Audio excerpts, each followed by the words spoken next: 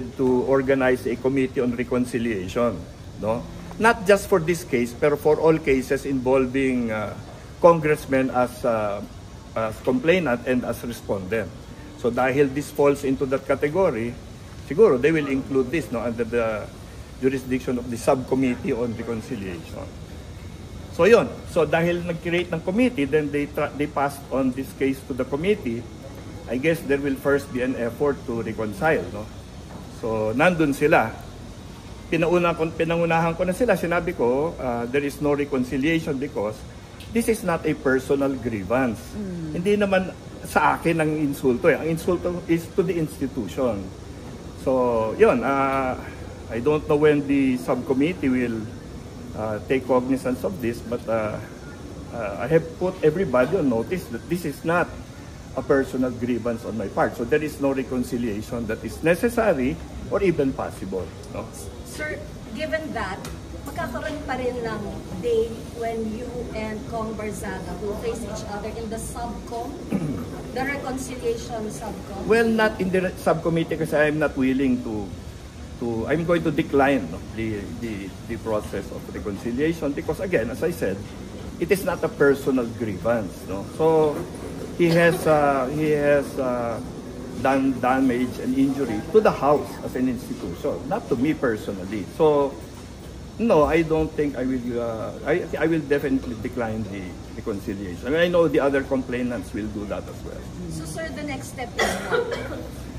And after the committee the subcommittee will report back to the committee that there was no reconciliation possible, then they will have to go into the merits of the complaint, which is what I wanted them sana to do today, but you know, I guess it will take a little bit more time.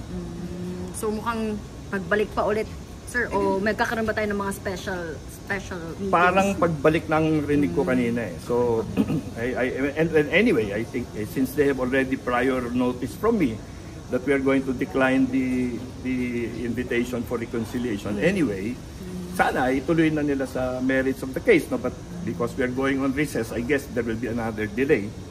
Sayang because I wanted all of these things to be aired already, no? Para maintindihan ng lahat. I was telling the ethics committee, we filed this complaint because we want standards of behavior to be established in Congress, no? Like, okay ba maglagay sa website namin ng mga malalaswang litrato? Okay ba insultuhin namin yung kababaihan?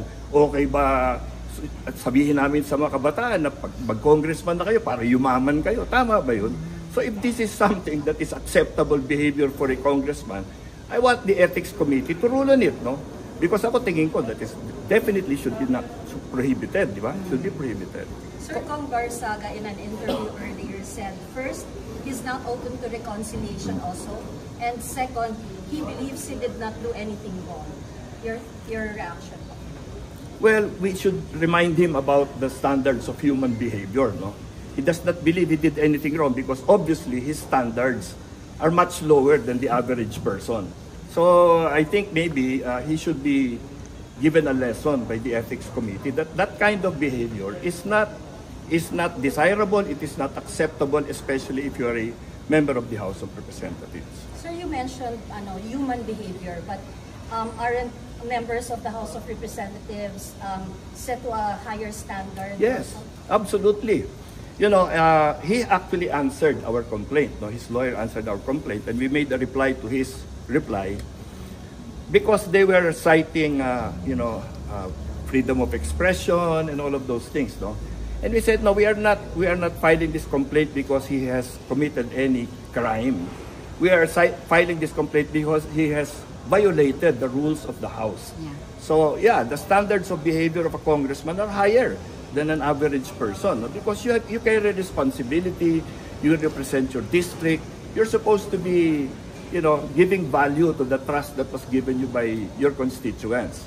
Now, to engage in that kind of behavior that he has displayed is definitely contrary to what the rules of the House say. Sir,